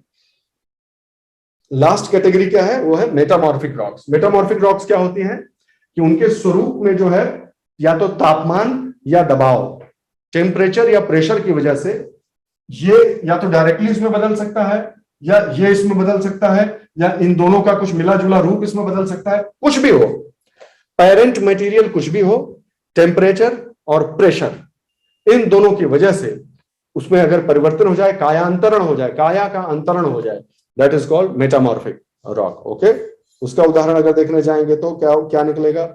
कॉन्टैक्ट और रीजनल मेटामॉर्फिज्म उसे बोलते हैं। सिंपल है, टेम्परेचर वाले को कॉन्टैक्ट बोलते हैं, और टेम्परेचर और प्रेशर दोनों साथ में लगे तो उसे रीजनल मेटामॉर्फिज्म बोलते हैं। संगमरमर, ओके, क्वार्टजाइट, हॉर्नफेल्ड, ये एग्जाम्पल हो गए ऐसे कायांतरित चट्टानों के जिनको बनाने में सिर्फ तापमान ने योगदान दिया है। डिफॉर्मेशन यानी उनका, अरे हम कैसे बताएं, आप इसको ऐसे समझो दोस्त कि बड़ी बड़ी शिलाओं में ये जो बड़ी बड़ी लेयर्स होती हैं वो आपस में जब मूव करती है ना, जो टेक्टोनिक मूवमेंट जैसा होता है, तो वो डिफॉर्म कर देती है, तोड़ मरोड़ दिया और फिर उसका स्वरूप बदल गया, तो वो ये वाला है। तो जहां पर सिर्फ टेम्परेचर की वजह से वो मार्बल, क्वार्टजाइट और हॉर्नफेल्स टेम्परेचर की वजह से बनते हैं, स्लेट, शिस्ट और नाइस ये बनते हैं दोनों के कॉम्बिनेशन से। ये एक डिस्टिंक्शन याद रखिएगा, ठीक है, ये बहुत इंपॉर्टेंट होता है। हल्का रंग, गाढ़ा रंग, हल्का रंग, अभी दिखाता हूं मैं आपको, मैंने सोचा था कि ये जरूर दिखाऊंगा आपको, उससे पहले आप ये जरूर समझ लें। कुल मिलाकर है यही, रॉक साइकिल को आप अच्छे से समझ लीजिए, ठीक है। अल्टीमेटली सब कुछ बनता कहां से है दोस्त बताओ? अल्टीमेटली इग्नियस रॉक से ही तो बनता है, चाहे वो जमीन के अंदर हो चाहे जमीन के बाहर हो। तो या तो इंट्रूसिव इग्नियस रॉक्स होंगी या एक्सट्रूसिव इग्नियस रॉक्स होंगी, कुछ भी हो, दोनों के ऊपर जो भी काम होगा, कुछ होगा, तो वो फिर डिकम्पोजिशन, डिसइंटीग्रेशन, डिसोल्यूशन, व्हाटएवर, या अनकवरिंग बाय क्रिस्टल अपलिफ्ट या डिन्यूडेशन हो जाए, बाहर आ गए। जैसे बैथोलिथ नहीं देखा था, बैथोलिथ जो है बाहर आ गया, उससे फिर चीजें काम करने लगी, जल मृदा, जल अपर्दन, वायु अपर्दन, इस तरह की घटनाएं होने लगी और डिपोजिशन होने लगा, तो सेडिमेंट्री रॉक बनेगी। ये बात सही है? हाँ बिल्कुल सही है। सेडिमेंट्री रॉक जो है उसमें और कुछ होने लगे, यानी टेम्परेचर और प्रेशर ये दोनों काम करने लगे, तो वो जो है, अभी रुक जाइए, अभी वो सेडिमेंट बनेगा, सेडिमेंट से सेडिमेंट्री रॉक बन जाएगी, उसके ऊपर टेम्परेचर और प्रेशर काम करने लगे तो मेटामॉर्फिक रॉक्स बन जाएंगे। सिंपल सी बात है। फिर ये जो मेटामॉर्फिक रॉक्स है ये डायरेक्ट इंट्रूसिव इग्नियस रॉक से भी बन सकती हैं। ये है पॉइंट जो सवालों में फंसाया जा सकता है कि क्या metamorphic rocks are always formed only from sedimentary rocks? नहीं, इग्नियस रॉक से भी डायरेक्टली मेटामॉर्फिक रॉक्स बन सकती हैं, इस बात को जाने रहिएगा। अंत में फिर क्या होता है याद करो, मेटामॉर्फिक रॉक हो गया, ऐसे सबडक्शन नहीं हो रहा है, तो मान लो सबडक्शन हो रहा है तो वहां मेटामॉर्फिक रॉक्स भी तो होंगी क्रस्ट में, सेडिमेंट्री मेटामॉर्फिक सब टूट टूट के फिर मैग्मा में मिल गया, फिर ऊपर आ गया, ऐसे रॉक साइकिल चलती रहती है। इस प्रकार से जो है पूरी साइकिल कंप्लीट होती रहती है। ये देखो इग्नियस रॉक का एग्जांपल देखो, कुछ एग्जांपल्स मैंने फोटो के साथ इसमें एक अच्छी किताब में दिए हुए थे तो मैंने सोचा दिखा दूं आपको। ग्रेनाइट आप सब जानते ही हैं, डायोराइट, गैब्रो, पेरिडोटाइट, किसके एग्जांपल्स हुए? इंट्रूसिव, ये हमेशा अंदर ही सॉलिडिफाई हो जाते हैं, इसीलिए इसमें क्रिस्टलाइन, देखिए क्रिस्टलाइन स्ट्रक्चर आपको दिखेगा। और जो फाइन हो जाते हैं, फाइन ग्रेन जो है वो एक्सट्रूसिव, बाहर आके वॉल्केनिक एक्टिविटी के द्वारा बनते हैं, वो ये हो गए, ठीक है। तो granite, diorite, gabbro, peridotite example हो गए इंट्रूसिव प्लूटोनिक रॉक्स के। एक्सट्रूसिव रॉक्स में आप देखेंगे तो रायोलाइट हो गया, एंडेसाइट हो गया, बेसाल्ट और कोमाटाइट हो गया, ठीक है। एंडेसाइट को एंडेसाइट क्यों बोलते हैं? एंडीज पर्वत का नाम सुने हो? एंडीज,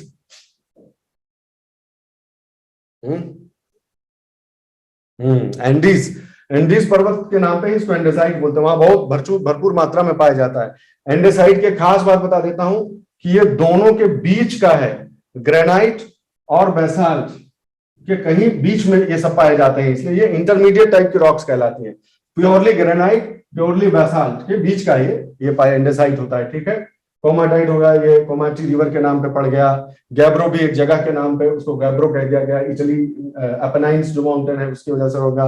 पेरिडोटाइट हो गया, सबके अलग अलग इस्तेमाल है। अगर आप एक एक खाली यूज याद रख लीजिएगा कि ग्रेनाइट का इस्तेमाल आप जानते ही हैं, डायोराइट का क्या यूज है, इसका क्या यूज है, पेरिडोटाइट का क्या यूज है, डायमंड से रिलेटेड कौन है, रायोलाइट का, एक एक इस्तेमाल, बस ज्यादा नहीं। कोई जो सबसे इंपॉर्टेंट यूज हो इकोनॉमिक इंपॉर्टेंस के लिए वो जान लीजिएगा, इससे ज्यादा नहीं।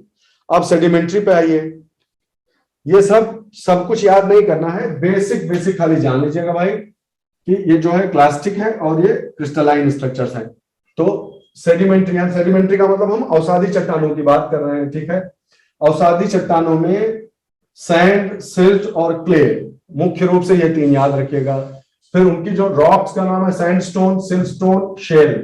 कोई पूछे कि शेल जो होता है वो किसका नाम है, तो आप बताइए कि क्ले से जो बनते हैं उनको शेल कहा जाता है, ठीक है। इस तरह की चीज आप याद कर लीजिए। फिर ये सिर्फ और ऊपर जितना भी हो रहा है, देखिए ऊपर जितनी भी चीज हो रही है एक्यूमुलेशन से हो रहा है कि कौन सी चीज, अगर पेबल्स है, यानी पेबल्स का मतलब ढेला, जो ढेला है ढेले हो गए, छोटे छोटे जो है गिट्टी हो गई, वो राउंडेड फ्रेगमेंट्स जब आपस में जुड़ जाते हैं और मिट्टी में वो हो जाते हैं तो उन्हें कॉन्ग्लोमेरेट कहते हैं। फिर दूसरा नंबर किसका है, जितने जितने तरह का ढेला उतने तरह का वो, ठीक है। अगर राउंडेड हो तो कॉन्ग्लोमेरेट, अगर एंगुलर हो तो ब्रेकिया, ठीक है, समझ गए। अब सैंड अगर हो जाए तो सैंडस्टोन बनाएगी, सिल्ट एक्यूमुलेट हो जाए तो सिल्टस्टोन बनेगा, क्ले एक्यूमुलेट हो जाए तो शेल बनेगा। बहुत ही आसान। कॉन्ग्लोमेरेट का एक आपको जरूर, ये है आपने जरूर देखा है इसलिए मैं जानता हूं।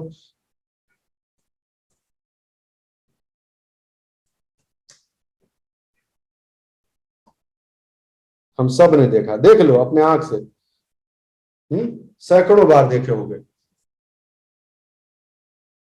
देखा बड़ा बड़ा गिट्टी है कि नहीं है, राउंडेड राउंडेड, जो एकदम माटी में जो है लेयर के ऊपर जम गया है पूरा, ठीक है। अफ्रीका अफ्रीका का है, अच्छा पता नहीं किस कॉन्टेक्स्ट में लिख रहा हो। अरे ये सब जगह पाया जाता है भाई कॉन्ग्लोमेरेट वगैरह।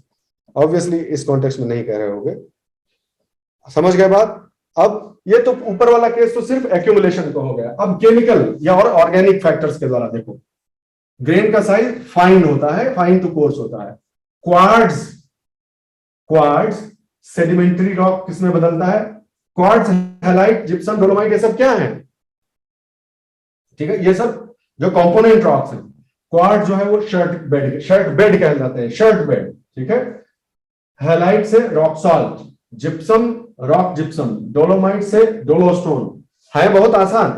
कैल्साइट माइक्रोस्कोपिक या वेरी कोर्स जो है रहता है। कैल्साइट जो है वो बायोलॉजिक प्रेसिपिटेट्स और सीमेंटेड शेल्स लाइमस्टोन बनता है। कोई पूछे कि निम्नलिखित में से लाइमस्टोन किससे बनता है तो फट से बोल दीजिए कैल्साइट से बनता है। कार्बन का आप कोल जानते ही। क्ले और केरोसिन जो है वो ऑयल शेल बनाते हैं, ये भी आप जान लीजिए। ये थोड़ी बेसिक चीजें आपको जाननी पड़ेंगी। यानी यदि प्रश्न इस प्रकार से पूछा जाए, इस चार्ट को ना भी याद कर पाइए, मैं फिर से बोलता हूं, इस चार्ट को ना भी याद कर पाइए, कॉन्सेप्ट तो आप समझ ही गए, लेकिन चार्ट ना याद भी हो पाए तो एनसीईआरटी में या एनआईओएस की जो किताब है उसमें जितने उदाहरण दिए हुए कम से कम वो ध्यान होने चाहिए। आप समझ गए मेरी बात, ठीक है। ये तो बहुत एग्जॉस्टिव और इलस्ट्रेटिव जैसा हो गया, ना भी याद हो कोई बात नहीं, लेकिन अब जब हम आधार समझ गए हैं कि कौन सी चट्टान किससे बन रही है, किस प्रकार से बन रही है, तो जो एनसीईआरटी में एग्जाम्पल दिए कम से कम उतना जरूर आपको याद हो जाए, ठीक है, कि उसमें से नहीं फंसा सकेगा। अब सबसे लास्ट वाला देखिए, मेटामॉर्फिक रॉक्स, किससे क्या बनता है, ठीक है। कॉम्पोजिशन देखो, mica, quartz, feldspar, garnet, amphibole, pyroxene, जैसे जैसे ये इस तरह से कम होते जाते हैं। तो देखो नाइस, शिस्ट, फिलाइट, स्लेट, स्लेट जो स्लेट जिसपे लिखा जाता है वही स्लेट वाला स्लेट हो गया। तो फाइन हो तो स्लेट बन जाएगा, फाइन टू मीडियम हो तो शिस्ट बनेगा, मीडियम टू कोर्स और बड़ा हो गया तो नाइस या लिक्विड। ये देखो, ये जरूर देखे होंगे नाइस, इसलिए मैं दिखाना चाहता था आपको। ये देखो नाइस, सफेद गहरा, सफेद गहरा, सफेद गहरा, इस तरह के अल्टरनेट, आप समझ रहे हैं। और देखो कैसे डिफॉर्म हो गया है, ठीक है, चीजें डिफॉर्म हो गई है, कायांतरण हो गया है इनका पूरी तरह से। तो इस प्रकार से आप इसे एक नजर देखेंगे तो सब आपको आइडिया आता जाएगा। कार्बन, कार्बन से क्या बनेगा ये तो आप जानते हैं, कोयला बनेगा, एंथ्रासाइट कोयला बनेगा, ठीक है। फिर क्वार्ट्ज हो गया, क्वार्ट्ज से क्वार्ट्जाइट बनेगा। कैल्साइट और डोलोमाइट दोनों आपस में मिल भी सकते हैं और अलग अलग भी, कैल्साइट अलग भी बना सकता है तो मार्बल बनता है, संगमरमर जिसको आप कहते हैं, ठीक है। सर्पेंटाइन एक एग्जांपल है, इंपॉर्टेंट माना जाता है। सर्पेंटिनाइट जो है, सर्पेंटिनाइट क्या होता है, अल्ट्रामैफिक होता है, रीजनल। देखो कौन सा फोर्स काम आ रहा है, ये देखो लिखा हुआ है कौन सा फोर्स काम आ रहा है। रीजनल का मतलब क्या हुआ, रीजनल शब्द जो यूज हुआ है उसका मतलब क्या हुआ, कौन कौन से फैक्टर हैं, सिर्फ टेम्परेचर, सिर्फ प्रेशर या दोनों, बोथ, है कि नहीं। अभी तो पढ़ाए थे, अभी तो हम लोग देखे थे कि अगर सिर्फ हीटिंग हो तो उसे कांटेक्ट कहते हैं, और हीटिंग और प्रेशर दोनों हो तो उसे रीजनल कहते हैं। तो देखो हॉर्नफेल्स जो है वो, अब इस पूरे चार्ट में से एक क्वेश्चन में उठाना चाहूं तो कहूंगा कि निम्नलिखित में से कौन सा ऐसा मेटामॉर्फिक रॉक है जो सिर्फ हीटिंग से बनता है, जिसमें प्रेशर का कोई रोल नहीं है, तो हॉर्नफेल्स उसका एग्जांपल आ जाएगा फट से, ठीक है। इस तरह से सवाल बनाना सीखें आप। अगली चीज जो मैं आपको बताना चाहता हूं जल्दी से, वो है कि ये सभी जो मिनरल्स आप देख रहे हैं अपने आंख, रॉक्स जो देख रहे हैं, रॉक्स और मिनरल्स, उनको उनकी कठोरता के क्रम में रखा जाता है, ठीक है, इस बात को ध्यान रखें। और जो कठोरता को का जो परिमाप है, कठोरता जिस टर्म्स में नापी जाती है उसे मोज हार्डनेस स्केल कहते हैं। कठोरता की श्रेणियां हैं, ठीक है। तो सबसे सॉफ्ट से सबसे कठोर की तरफ आप जा रहे हैं। देखिए, talc, gypsum, calcite, fluorite, apatite, feldspar, quartz, topaz, corundum and diamond. ये तो आप सब जानते हैं कि सबसे कठोर कौन होता है। बचपन में देखे हो शीशा काटते हुए, जब हम लोग जाते थे, याद करो, वो पहले प्रोजेक्ट नहीं मिलता था, हम लोग छोटे थे तब, कि इसको जो है मढ़ा के ले आओ। तो मढ़ाने, जब कोई फोटो वोटो या मढ़ाने जाते थे हम लोग, तो वो जो है एक वो ऐसे पेन लगा के रखता था, याद है, पेन एक लगा के रखता था, उसी से ऐसे खींचता था तो शीशा कट जाया करता था। तो कहते थे कि वो डायमंड से काट रहा है, क्योंकि हार्डनेस उसकी बहुत ज्यादा होती है, तो उससे वो काट कट जाता है। अब वो डायमंड रहा कि नहीं भगवान जाने, लेकिन अर्थ यह है कहने का कि डायमंड, कोरंडम, ये सब इतने जो है वो क्वार्ट्ज आप जानते ही हैं, घड़ियों में इस्तेमाल हुआ करता है कि नहीं है, घड़ियों में क्वार्ट्ज की घड़ी है। क्वार्ट्ज कोई कंपनी नहीं है, क्वार्ट्ज वो चीज है जो उसमें यूज हुई है, ठीक है। इसका एक हल्का सा आपको क्रम आना चाहिए, और साथ साथ में रेफरेंस भी दिया हुआ है कि जिप्सम तक जो नाखून जितना कठोर होता है, फिर कॉपर का कॉइन जितना कठोर होता है, यहां तक इस लेवल का होता है। नाइफ और ग्लास जो है इस लेवल के कठोर होते हैं। स्टील, तो ये स्टील से ज्यादा कठोर वाले हैं, क्वार्ट्ज, टोपाज, कोरंडम और डायमंड स्टील से ज्यादा इनकी कठोरता है, ठीक है। बहुत ही आसान। रॉक फॉर्मेशन इन इंडिया, आज सिर्फ आपको ओवरव्यू दे देता हूं, नहीं तो आप एकदम जो है लेट जाएंगे, गिर पड़ेंगे, इसलिए छोड़ देता हूं। अभी अभी सिर्फ ओवरव्यू दूंगा आपको। Please understand this, you have already been introduced to this once, this particular map. It is a part of your own Oxford Atlas. Please understand that when Earth was not even here as it is in the present times, right when Earth was in a part of the Antarctic plate, I am talking of those times also, okay?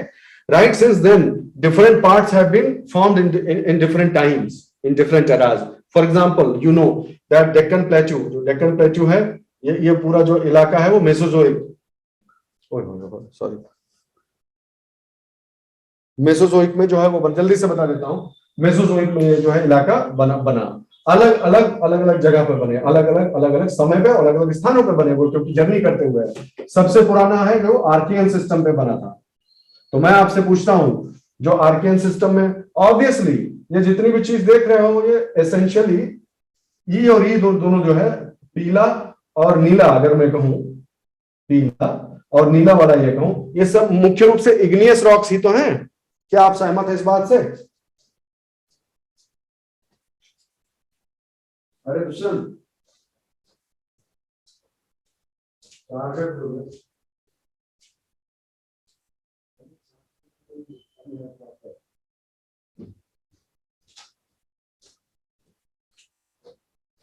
बात समझ गए?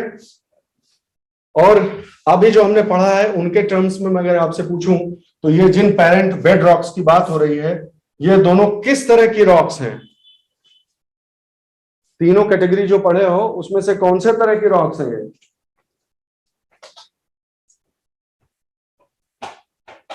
बताओ, ये discussion जरूरी है। चलो ठीक है, एक दो लोग लिख रहा है कम से कम, इग्नियस रॉक्स, हाँ ठीक है भाई, सही बात है। तो इग्नियस रॉक्स जो है वो, ठीक बात है। अब हम तुमसे एक सवाल पूछते हैं, और कंफ्यूज ना होना, इससे कॉमन सेंस भी टेस्ट हो जाएगा तुम्हारा। इग्नियस रॉक्स में फॉसिल्स के पाए जाने की संभावना क्या है? ये जो पीला वाला है, इसमें फॉसिल्स क्यों नहीं पाए जाते? 0 लिख रहा है। अब कारण बताओ, क्यों नहीं इसमें बचेगा फॉसिल्स?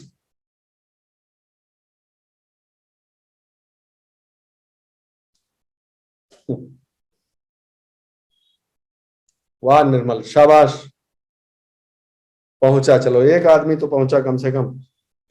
अरे गधों की बटोर, आर्कियन में जीवन था, आर्कियन में जिंदगी थी जिसका फॉसिल मिलेगा। सवाल को ध्यान से सुना करो। मतलब इस टाइप का चिरकुट टाइप का सवाल थोड़ा पूछूंगा मैं। जब इस टाइम पे जिंदगी ही नहीं थी तो उसका फॉसिल कहां से मिलेगा रे? समझे कि नहीं समझे? तो थोड़ा सा आईज एंड ईयर्स ओपन रखा करो, ठीक है, कोई बात नहीं। हाँ, अब इसके बाद की अगर बात करिए तो सेकेंड रीजन ये है कि ऑब्वियसली जिस टेम्परेचर में एग्नियस रॉक्स होती हैं और सॉलिडिफाई होती हैं, उसमें अगर फॉसिल होता भी तो भी सर्वाइव नहीं कर पाता। That's a different thing, but first reason has to be this. किस युग की बात की जा रही है ये भी ध्यान रखिए आप, कि किस युग के इग्नियस रॉक्स की बात की जा रही है, गड़बड़ाइए मत। तो अलग अलग हिस्से, ये जो भारत का भूखंड है, अलग अलग इसके हिस्से अलग अलग समय पे बने हैं, अलग अलग कालखंड में बने हैं, देख लीजिए आप। इस पर हल्की सी चर्चा पहले ही हो चुकी है, इस पर बहुत अधिक समय में नहीं नष्ट करना चाहता। तो इंडिया का जो रॉक सिस्टम है उसकी एज है ये, ध्यान से सुनो मेरी बात। इंडिया का जो रॉक सिस्टम है उसकी एज दी हुई है इसमें। अब जो मैं दूसरा मैप आपको दिखा रहा हूं उसमें उस रॉक सिस्टम का क्लासिफिकेशन है, और वो है ये, ठीक। किस प्रकार से उन्हें बांटा गया है: Kadapa, pre Cambrian, Gondwana, Deccan trap, tertiary, recent and Pleistocene. ऐसे नहीं समझ में आएगा, हम स्ट्रक्चर से समझा देते हैं, चिंता ना करो। अब इस मैप को भूल जाओ थोड़ी देर के लिए, अब इस पूरे स्ट्रक्चर को ध्यान से देखो। क्या आप अपने स्क्रीन पे पढ़ पा रहे हैं? आई थिंक पढ़ ले जाएंगे, क्योंकि मैं इसे मैक्सिमाइज नहीं करना चाहता, ताकि इकट्ठा ही दिखता रहे आपको, सारा का सारा एक साथ दिखे, तभी मजा है इसका। दिख रहा है सबको? यानी ये भी आप पढ़ पा रहे हैं कि नहीं, मेरा सवाल ये है।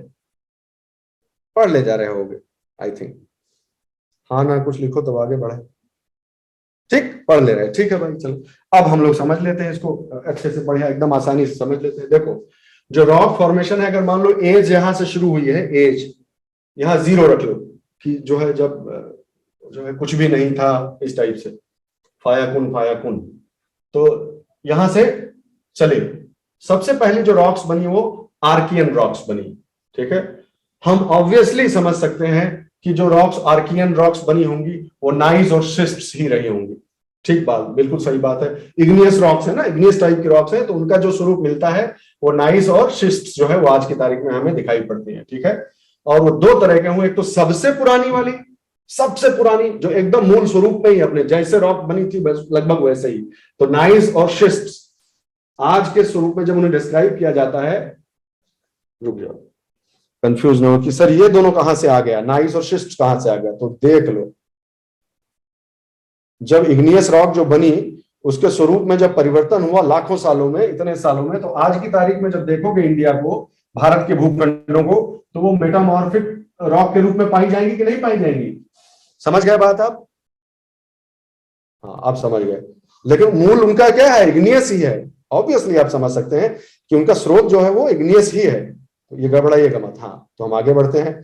तो आर्कियन जो है, आर्कियन रॉक्स जो है, उनका ये एज हो गई, और आज की तारीख में जिस रूप में हमें वो दिखाई पड़ते हैं या जैसे उनका नाम रख दिया गया वो ये है। तो नाइस और शिस्ट जो है सबसे प्रारंभिक और जो रूप है उनका, मौलिक स्वरूप है वो ये है।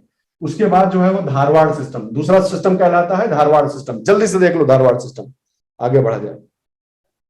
इसमें उतना बढ़िया से नहीं दिखाया, मैं अभी बताता जाता हूं आपको, चिंता ना करो, सबका डिस्क्रिप्शन भी आएगा, अभी आप इसको समझ लो खाली, चलो ठीक है। तो सबसे पहले आर्कियन, आर्कियन के दो टाइप, नाइस और शिस्ट कैटेगरी हो गया, धारवाड़ सिस्टम अलग कैटेगरी हो गया, ठीक है। ये कब बना था? अर्ली प्री कैम्ब्रियन, ऑब्वियसली ये तो हम जानते ही हैं, हम तो सीधे आर्कियन नाम ही ले रहे हैं, प्री कैम्ब्रियन कहने की जरूरत क्या है हमको इस नोमेनक्लेचर की जरूरत नहीं है, आर्कियन हम जानते हैं क्योंकि जियोलॉजिकल टाइम स्केल आप पढ़ चुके हैं। नंबर 2, पुराना सिस्टम, रॉक सिस्टम सही है, रॉक फॉर्मेशन, जहां जहां रॉक को कैटेगराइज कर दिया कि ये भी वही है, ये भी उसी समय का है, ये भी उसी समय का है, तो ये पुराना सिस्टम कहलाता है। ये प्रोटेरोजोइक का है। अब आप समझ सकते हैं कि फॉसिल मिलना एक्चुअली यहां से प्रॉपर फॉसिल मिलना शुरू हो जाएगा। तो वो पुराना सिस्टम है। पुराना सिस्टम के दो भाग है, कडप्पा सिस्टम और एक विंध्यन सिस्टम, ठीक। उससे और आगे बढ़िए, उससे आगे जब बढ़ेंगे तो उसको द्रविडियन सिस्टम कहते हैं। आर्कियन, पुराना, द्रविडियन, ठीक है, द्रविडियन सिस्टम की रॉक हो सके। और सबसे जो रीसेंट, जब से सबसे अलग है जो वो है आर्यन सिस्टम की रॉक्स, वो कब की है? मेसोजोइक और सिनोजोइक की, ठीक। यही क्रम है, आर्कियन, पुराना, द्रविडियन, आर्यन। आर्यन में हम जब कैटेगरी करने बैठते हैं तो ऐसे चलिए: Gondwana, Jurassic, Deccan, tertiary, quaternary. Alright, is this understood? मैं फिर से आपको बताता हूं, ये जो सब कहा जा रहा है जानते हो क्या है? एक प्रकार का वर्गीकरण तो हम जानते ही हैं, और वो वर्गीकरण है ही नहीं, वो तो एज बेस्ड है। वो हम पहले से ही जानते हैं कि सबसे पहले आर्कियन हुआ, फिर ये बना, फिर ये बना, फिर ऐसे हुआ, फिर सीनोजोइक, मेसोजोइक, ये सब तो हम समझते हैं, मेसोजोइक, सीनोजोइक, यहां तक तो हम जियोलॉजिक टाइम स्केल में ही समझते हैं। तो ऑब्वियसली सबसे अच्छा तरीका क्या होता है कि हम सिंपली जिस एज में जो रॉक बनी है इंडिया की, उसको वैसे ही क्लासिफाई कर दे। एग्जैक्टली वही हो भी रहा है। जिस एज में इंडिया की जो रॉक बनी है उसको क्लासिफाई करके, कोई चीज धारवाड़ में मिली तो उसके आधार पर उसका नाम रख दिया गया, कोई कडप्पा में मिला तो, आप समझ गए बात? लेकिन इसमें कंफ्यूज नहीं होना। Ultimately this classification of the rocks is based on their origin, the time of their genesis only. एक समय पर पैदा होने वाली जितनी भी रॉक्स हैं वो एक सिस्टम का हिस्सा बन गए, उनको एक साथ रख दिया गया, बस यही है क्लासिफिकेशन रॉक्स का, दैट इज ऑल। ज्यादा परेशान ही नहीं होना है। अब इनके बारे में डिटेल में कल बताऊंगा आपको, नहीं तो बहुत इंफॉर्मेशन ओवरलोडेड हो जाएगा। अभी सिर्फ आप ये मैप देख लीजिए हल्का सा, बस देखिए जिस जिस समय पे जो जो रॉक बनी है उस आधार पे उसका नामकरण कर दिया गया है। जैसे सबसे पुराने वाले से चलिए, तो भाई सबसे पुराना सिस्टम क्या था, आइए साथ साथ देखते चलते हैं। सबसे पुराना सिस्टम था आर्कियन। आर्कियन में नाइस और शिस्ट और धारवाड़, यानी जहां भी अगर धारवाड़ सिस्टम कहीं लिखा हुआ है अगर, ठीक है, इसमें नाइस और जो है वो देखिए गहरे पर्पल, यानी इसमें कडप्पा से शुरुआत ही हो रही है, कोई बात नहीं, यहां से शुरुआत हो रही है इसमें, क्योंकि बाकी तो बेड रॉक हो गया ना, पेरेंट बेड रॉक हो गया, ये हिस्सा पेरेंट बेड रॉक हो गया। इसके बाद कडप्पा से हम लोग शुरू कर रहे हैं। तो ये कडप्पा वाला एरिया देखिए कहां कहां पाया जाता है, ये कलर कडप्पा सिस्टम, कडप्पा कडप्पा, ये देखिए कडप्पा, ठीक, कडप्पा कडप्पा कडप्पा, अरावलीज, कडप्पा, ठीक। ये हिस्से ये अलग अलग छितराए हुए जरूर हैं, लेकिन ये सभी रॉक्स उसी समय में बनी हुई है, इसलिए उन सभी रॉक्स को एक कडप्पा सिस्टम में क्लासिफाई कर दिया गया। अंडरस्टूड? नेक्स्ट एग्जांपल, ये देखो प्री कैम्ब्रियन बोल रहा है। अभी हम देखे थे कि नहीं देखे थे, हम लोग बात किए थे कि नहीं, जब एज को समझ रहे थे कि सबसे पुराना वाला यही है, ये सबसे पुराना वाला, ये जैसे का तैसा है, आर्कियन में है ना, तो आर्कियन में जैसे का तैसा बना हुआ, ये देखिए वही चीज यहां भी है। धारवाड़ और नाइस और शिस्ट्स, ये जो प्री कैम्ब्रियन रॉक्स हैं वो ये गुलाबी में दी हुई है, गुलाबी जैसा जो है इसमें ये दे दिया गया है, ठीक है। उसके बाद क्या हुआ होगा भाई, ये क्या बताते हैं? अगली श्रेणी कौन सी आई? आर्कियन हो गया, पुराना में हमने कडप्पा देख लिया, कडप्पा और विंध्यन दो हिस्से हैं, ठीक है। ये देखिए विंध्यन भी दिया हुआ है, तो कडप्पा और विंध्यन, विंध्यन, ठीक है, जितने भी विंध्यन वाले हैं देखते जाइए। तो कडप्पा और विंध्यन, ये पर्पल और ये विंध्यन, ये एक के बाद एक आते हैं, समझ गए बात को? अब इस मैप में चलो मैं पूछता हूं, सबसे पुरानी रॉक्स किस कलर में दी हुई है इस मैप में? चलो जवाब दो, नहीं तो हम ही बोलते रहेंगे तो आप लोग सुनते तो रहोगे लेकिन कंफ्यूज होते रहोगे। अभी क्लैरिटी आ जाएगी सवाल जवाब से। इस मैप में सबसे, बहुत अच्छा निर्मल, शाबाश, आदित्य बिल्कुल ठीक, पूनम सभी सही जवाब दे रहे हैं, शकुन सब लोग ठीक है, आस्तिक ठीक। सबसे पुरानी रॉक्स जो है वो पिंकिश हो गए। चलो उसके बाद का बताओ, उसके बाद क्या आया?